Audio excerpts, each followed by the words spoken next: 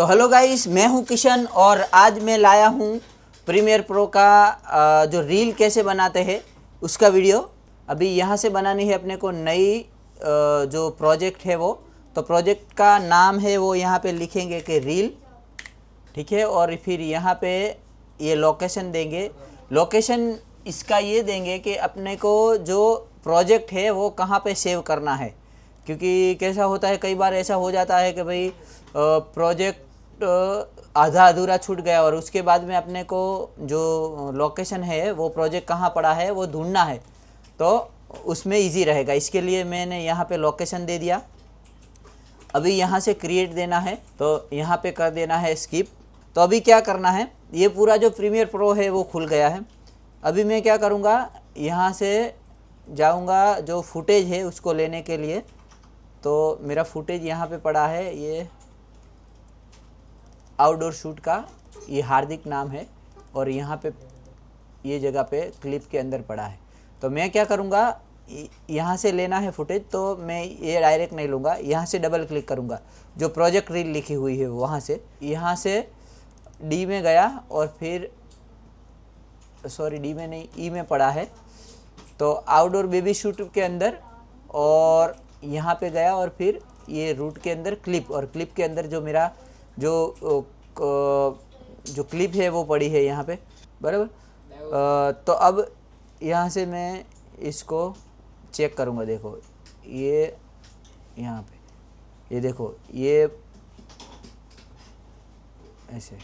तो अभी देखो ये क्या हो रहा है कि ये हॉरिजॉन्टल में आ रहा है, तो मुझे करना है वर्टिकल में। तो क्या करूँगा, पहले फर्स्ट टाइम तो मैंने जो पहला वाला जो क्लिप रखा है तो इसको मैं रोटेट करूँगा, ठीक है। तो रोटेट करने के लिए पहले तो मेरा जो सीक्वेंस है वो चेंज करना पड़ेगा।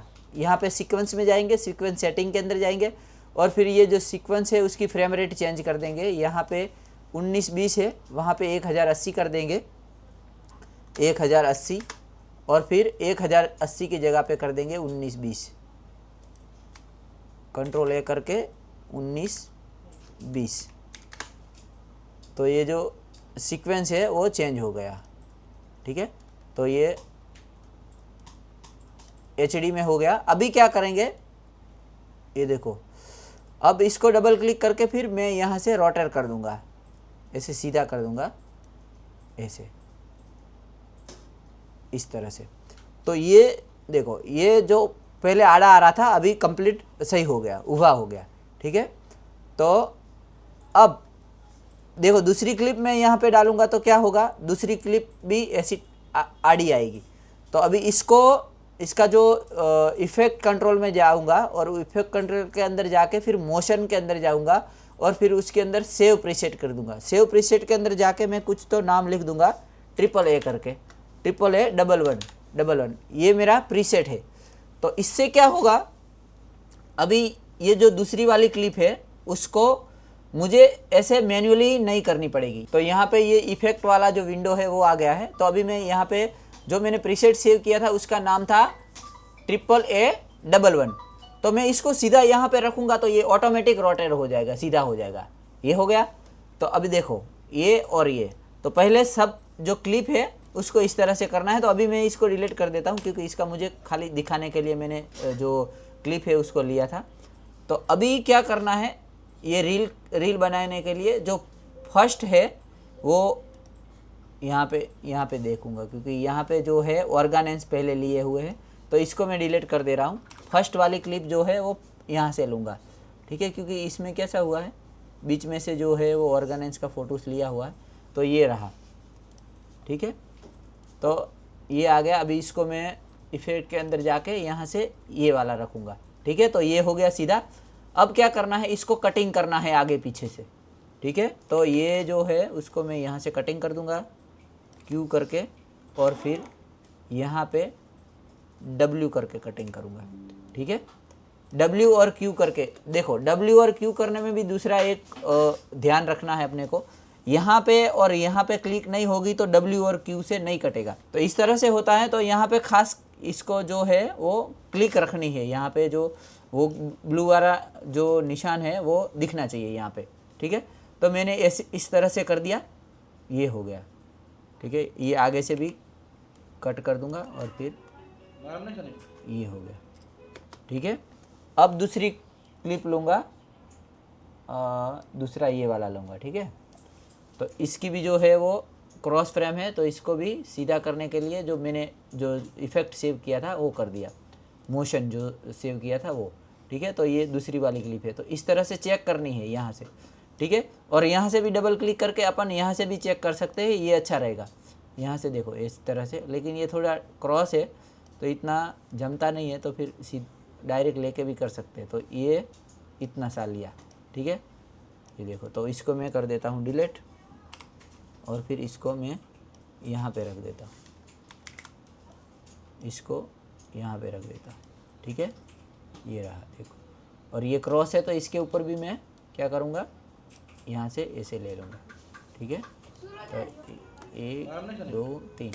और दूसरा एक खास ध्यान रखना है कि ज़्यादा से ज़्यादा 3 से 4 सेकंड का अपन रखेंगे। कोई भी छोटी रील या छोटी हाईलाइट करते हैं तो 3 या 4 सेकंड का जो फुटेज है वो रहेगा तो अच्छा लगेगा। 3-4 सेकंड के बाद जो फुटेज है वो चेंज हो जाना चाहिए। तो मैं यहाँ 50% स्लो मोशन है वो कर दूंगा, और ये रिपल एडिट में करूँगा, क्योंकि रिपल एडिट में नहीं करूँगा तो क्या है, ओवरराइड क्लिप हो जाएगी और दूसरी क्लिप के ऊपर चढ़ जाएगी और पीछे वाली जो क्लिप है वो डिलीट हो जाएगी। इसके लिए रिपल के अंदर क्लिक रखना ज़रूरी है, ठीक है। तो मैंने ये रख दिया और ये 4 सेकंड का हो रहा है, तो मैं यहाँ से पीछे से थोड़ा डिलीट कर देता हूँ। 1 2 3 4 बराबर, 1 2 3 इतना रख दिया, ठीक है। अब दूसरी वाली क्लिप लूँगा और देखो यहाँ पे कोई भी क्लिप अपनों ने ली हुई होगी तो यहाँ पे निशान आ गया है कि ये देखो ये वाली क्लिप अपनों ने यूज़ कर ली है, ठीक है। ये वाली नहीं की है तो यहाँ पे कैसा ग्रे वाला निशान है और यहाँ पे है ग्रीन ब्लू वाला निशान। तो कोई भी क्लिप अपनों ने यूज़ की होगी, थोड़ा सा भी पार्ट उसमें से लिया होगा तो यहाँ क्या होगा, ब्लू वाला निशान आ जाएगा। तो अब क्या करेंगे, अब सीक्वेंस टू सीक्वेंस लेते हैं। देख लो, समझो ये वाला पहले ले लिया, फिर उसके बाद में ये लिया और अब इसके बाद में ये वाला लेते हैं, ठीक है। तो ये देखो ये वाला है, पहले इसको मैं सीधा कर दूंगा तो सही दिखेगा, ठीक है। तो ये वाली जो क्लिप है वो यहाँ से, अब जो बच्चा खेल रहा है वो अपने को रैंडम क्लिप लेनी है, ये जैसा भी है जितना भी है वो खेलेगा तो अच्छा लगेगा, ठीक है। तो ये W कर दिया और यहाँ से आगे का जो पार्ट है वो थोड़ा सा तो डिलीट करना ही करना है, ठीक है। तो ये बड़ा करके फिर करेंगे तो थोड़ा सा ही कट होगा। तो कभी कभी क्या होता है, यहाँ जो पीछे का कट नहीं किया होता है तो इसके अंदर इफेक्ट डालने में बहुत प्रॉब्लम होता है।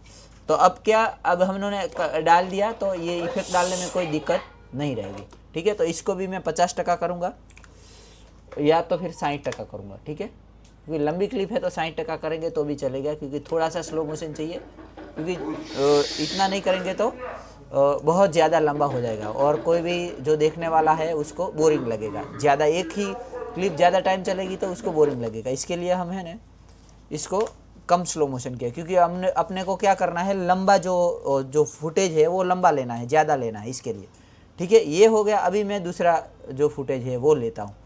अब इसको सबको मैं 60% कर दे रहा हूँ, क्योंकि ये भी क्लिप जो है वो बड़ी है, ठीक है।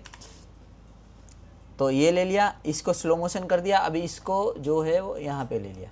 इस तरह से अपन कर देंगे सब, पूरी क्लिप ले लेंगे, ठीक है।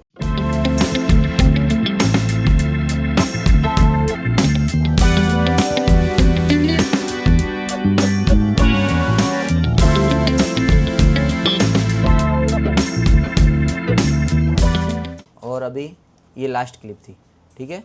तो ये सब हो गया कंप्लीट। अब क्या करेंगे, ये देखो ये सब कंप्लीट हो गया। अब इसको इफ़ेक्ट डालेंगे।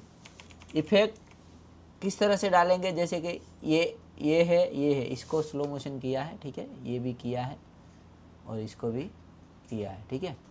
तो ये वाला फुटेज है वो मुझे अच्छा नहीं लग रहा है, तो अपन क्या करेंगे, ये जो फुटेज है उसको यहाँ पे रख देंगे और अच्छा वाला जो फुटेज है ये वाला देखो स्माइल वाला है। तो कोई भी रील देखेगा तो उसको क्या लगेगा, जो अच्छा वाला फुटेज आगे दिखेगा तो उसको सही, मतलब स्टार्टिंग जो इम्प्रेशन है वो लास्ट तक रहेगी।